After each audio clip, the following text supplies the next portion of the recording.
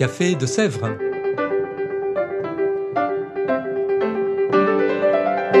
Au Café de Sèvres, on discute philosophie et théologie.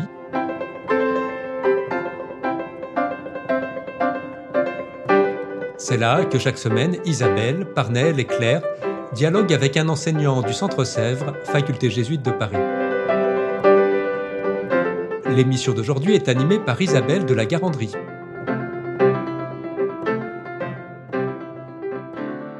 Chères auditrices, chers auditeurs, bonjour, bienvenue dans ce nouvel épisode du Café de Sèvres. Aujourd'hui, nous recevons Erwan Choty. Erwan, bonjour. Bonjour Isabelle.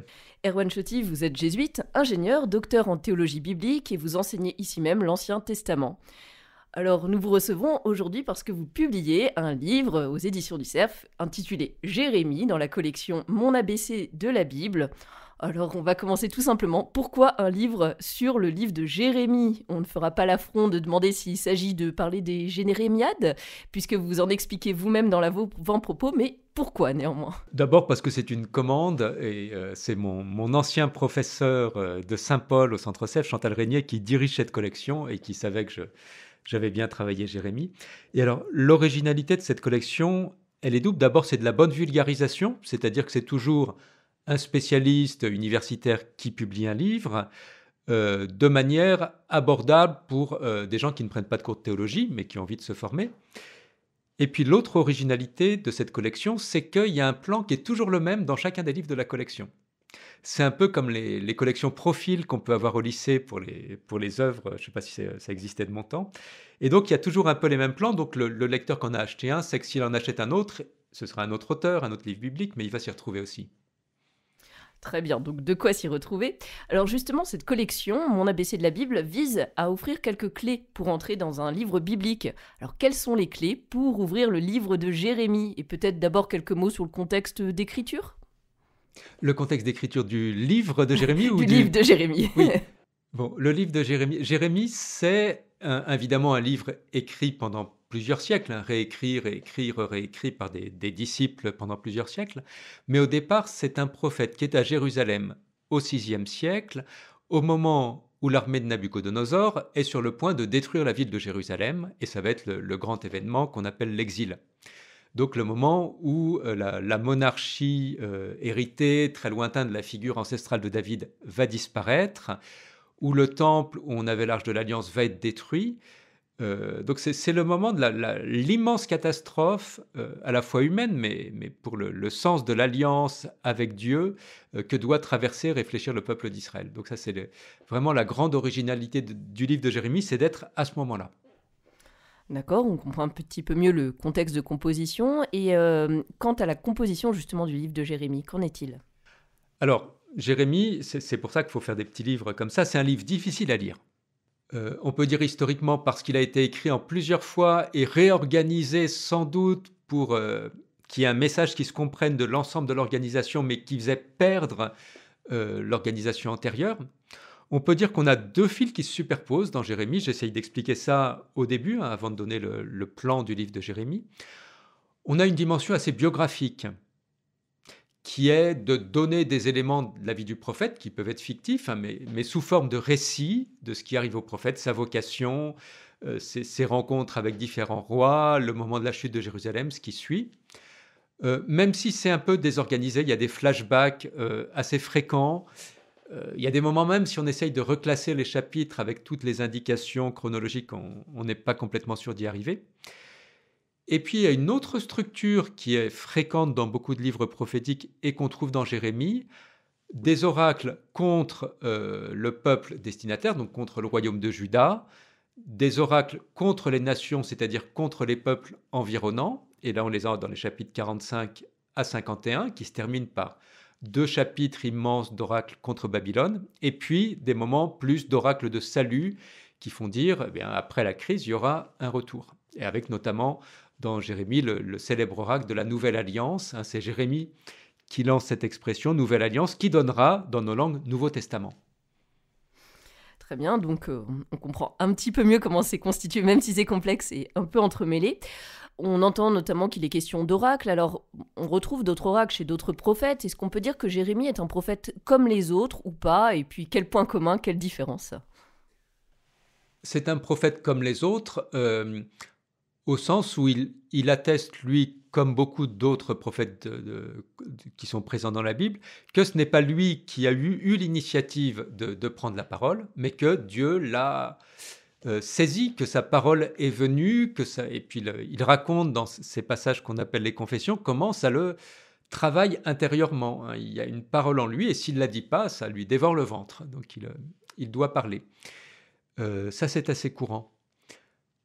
Ce qui est assez original dans le livre de Jérémie, c'est qu'on a beaucoup de récits qui racontent les péripéties de sa vie, qui peuvent être des recréations tardives, mais enfin, ça nous arrive comme ça dans le livre.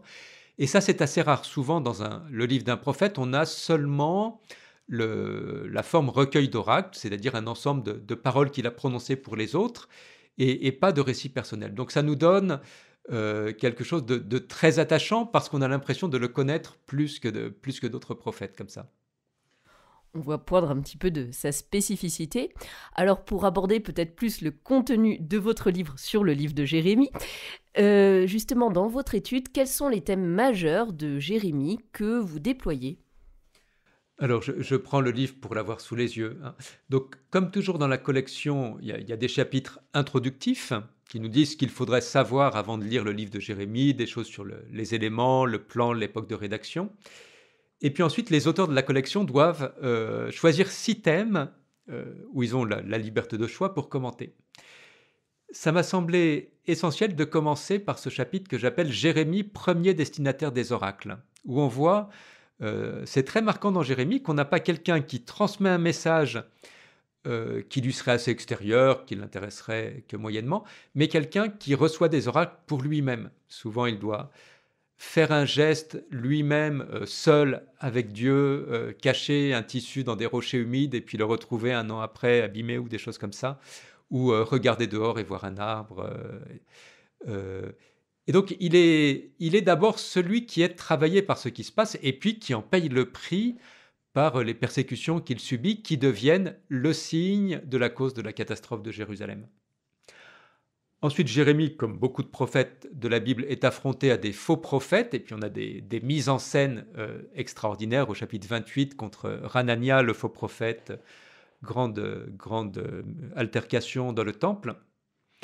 Le 3e chapitre, c'est une collègue protestante auquel je le dois. Elle m'a dit « Oh, tu écris sur Jérémie, j'espère que tu vas parler de la poésie. » Alors, je n'avais pas beaucoup travaillé la poésie de Jérémie, et ça a été l'occasion. Donc, il y a un chapitre que j'ai appelé « Les riches saveurs de la poésie ». C'est dur parce qu'on est en traduction, hein. On sent moins la langue, mais le jeu des métaphores se transmet tout à fait bien. Le parallélisme biblique fonctionne très bien. J'ai fait un chapitre ensuite qui est assez original, là qu'on ne trouvera pas ailleurs, que j'ai appelé, avec une expression des évangiles, « Lire les signes des temps », et où je réfléchis comment à la fois Jérémie réalise des gestes symboliques avec des objets devant les gens, avec ce qui lui arrive à lui, pour en faire une analogie pour la parole de Dieu, et puis inversement, regarde ce qui arrive un peu par hasard. Il y a une sécheresse à un moment, des choses comme ça, et il en tire des conclusions pour la conversion du peuple. Et donc j'ai un chapitre où je développe ça, où je crois que c'est vraiment l'esprit poétique qui permet à Jérémie de passer de l'un à l'autre. Thème 5 là, que je dois à Pietro Bovati, qui m'enseignait les prophètes à Rome, la parole faite livre. Jérémie, c'est le livre de la Bible qui insiste le plus sur le fait que la parole n'est pas seulement prononcée, mais on raconte qu'elle est mise par écrit. C'est un livre qui raconte ce que c'est qu'un livre. Et puis un dernier chapitre qui est important, surtout pour la postérité chrétienne de Jérémie, le rapport avec la Nouvelle Alliance et comment les auteurs du Nouveau Testament comprennent que ce qui est arrivé avec Jésus, c'est l'accomplissement de l'attente de la Nouvelle Alliance, ou avec une autre traduction, le Nouveau Testament. Donc ça fait 6 thèmes qui montrent un peu des lignes qu'on peut tirer dans ce livre et retrouver si on le lit soi-même. 6 thèmes qui permettent aussi donc, d'entrer dans le livre. Il n'empêche qu'on entend l'actualisation aussi dans le Nouveau Testament, mais le livre de Jérémie, ça reste un livre du Premier Testament. Est-ce que le livre de Jérémie est encore actuel? Et si oui, pourquoi le lire? Au moins pour 2 raisons. Bon, donc il y a évidemment, vous l'avez dit, je n'en reparle pas, l'accomplissement dans le Nouveau Testament, avec le thème compliqué du Nouveau Testament. L'actualité, la première, c'est la force de la poésie. C'est ce qui fait que les prophètes bibliques, par rapport à d'autres prophètes de l'Antiquité au Proche-Orient, ont été mis par écrit et transmis et lus de siècle en siècle. C'est que la force de leur poésie fait que leur message a été perçu comme valable même après ce dont ils parlaient. Voilà, Jérémie est intéressant même pour ceux qui savent déjà que Nabuchodonosor a détruit le temple de Jérusalem. Parce qu'il y a une manière de parler qui voit beaucoup plus large, qui voit le monde entier, l'univers entier là-dedans. Mais ça, c'est un peu générique. L'autre raison, je pense, qui rend Jérémie très actuel, c'est que c'est le prophète qui voit clair en temps de crise. Et pas n'importe quelle crise. La destruction du temple par Nabuchodonosor, ça semble être la fin, la contradiction totale de la foi d'Israël. Donc c'est celui qui voit l'écroulement autour de lui et qui trouve le chemin juste pour avancer.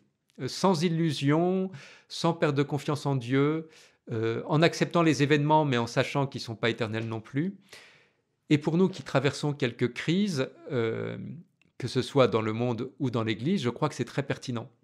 Je me souviens, dans un temps que j'avais passé en Irlande, une dame que j'avais vue dans la paroisse m'avait dit, parce que l'Église devenait beaucoup moins nombreuse et moins forte en Irlande, et puis très très brutalement, sur l'espace d'une génération, et puis avec une crise d'abus sexuels vraiment... enfin, c'est abominable toujours, mais en Irlande, c'est d'une disproportion inouïe.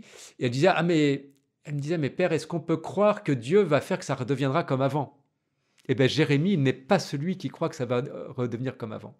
Il est celui qui croit que ce qui arrive, arrive et il faut en tenir compte, et que si on en tient compte, il y aura du nouveau qui viendra de Dieu. Et je crois que c'est vraiment difficile à chaque époque de vivre les crises, mais Jérémie est très lumineux pour ça. Un prophète à redécouvrir par temps de crise, justement, pour ne pas se dire juste comme avant. Pour justement, au-delà de l'actualité, votre 11e chapitre est particulièrement original parce qu'il propose de voir dans le livre de Jérémie, je cite, une clé pour comprendre notre culture. Alors, qu'entendez-vous par cela et peut-être des exemples ? Voilà, alors là c'est un titre qui est obligé dans cette collection, auquel on ne pense pas forcément quand on veut commenter Jérémie. L'idée de la directrice de collection, c'est que les livres bibliques ont eu une importance immense dans l'histoire des arts principalement. Que ce soit évidemment les représentations dans les églises, les cathédrales gothiques que nous avons chez nous, mais la peinture, la sculpture, le théâtre, etc. Et Jérémie fait partie de ces livres moins représentés que d'autres, mais on a même des pièces de théâtre de Stefan Zweig, d'August Strindberg. On a une symphonie de Bernstein, alors qui porte sur les lamentations, pas sur Jérémie. Et donc c'est intéressant que quelqu'un qui connaît le texte de Jérémie dise quelques mots de ces œuvres-là, pas comme critique musicale, comme musicologue, comme archéologue, etc., mais en comprenant mieux le texte parfois qu'un spécialiste de sculpture gothique. Donc voilà, il y a un petit chapitre là-dessus, tout à fait. En développant peut-être un des exemples ? Oui, je le prends. Alors il y en a un qui est très touchant, moi, que j'ai découvert. C'est le Jérémie de Stefan Zweig, une pièce de 1917 qui a été lue. Donc c'est le moment où Zweig est inquiet de la Première Guerre mondiale et puis de la tentation allemande de voir Dieu de son côté dans la guerre. Et ça lui donne l'occasion d'écrire une sorte de pièce de théâtre qui raconte la vie de Jérémie, où on voit qu'il le réécrit à sa manière, mais il connaît très bien le texte. Et c'est une pièce qui a pris une actualité absolument tragique 20 ans plus tard, puisque c'est une pièce où le peuple juif affronte la possibilité de sa disparition et de son départ en exil. Et donc il y a eu une dimension presque prophétique au moment de la persécution nazie contre le peuple juif en Allemagne. Voilà, on voit bien que quelqu'un qui s'est complètement imprégné d'un livre biblique arrive à dire quelque chose tellement pertinent de son temps que 20 ans après, ça continue à avoir du sens. Donc, le livre de Jérémie, finalement, une invitation aussi à le lire pour chaque époque, quoi. Nous approchons de la fin de ce podcast. Alors, si vous aviez un mot de la fin pour nos auditeurs, quel serait-il ? Il y a quelque chose de très étrange dans Jérémie, tout à la fin du chapitre 51, où il envoie un ami, un frère de Baruch à Babylone, pour jeter son livre dans l'Euphrate, dans le fleuve, accroché avec une grosse pierre, qui est un geste symbolique qui est de dire le fait que le livre de la parole soit détruit, c'est une catastrophe, mais ça devient un signe pour la génération suivante. Et je crois que ça peut être pour nous une source d'espoir, hein. C'est quelque chose de la logique de Pâques pour nous. Le refus de la parole de Dieu, en soi, n'est pas la fin de la vie de cette parole. Voilà. Il continue, même par son refus, et puis pour nous, par le signe de la croix, à faire du sens et à préparer l'écoute pour un temps à venir. Une belle invitation. Merci beaucoup, Erwan Choty. Je vous en prie. Et chères auditrices, chers auditeurs, je vous dis à bientôt pour un nouvel épisode du Café de Sèvres. Au revoir.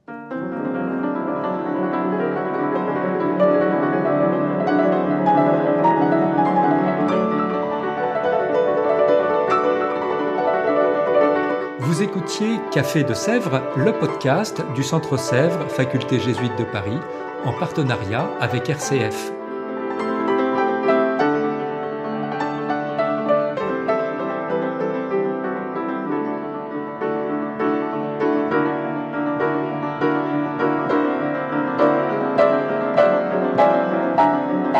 Pour ne rater aucun épisode, abonnez-vous sur votre application préférée.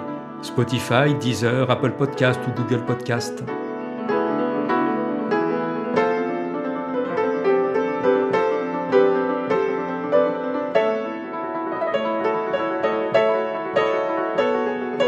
Et sur notre site internet www.centresèvres.com, découvrez l'ensemble de nos cours et conférences en philosophie et théologie.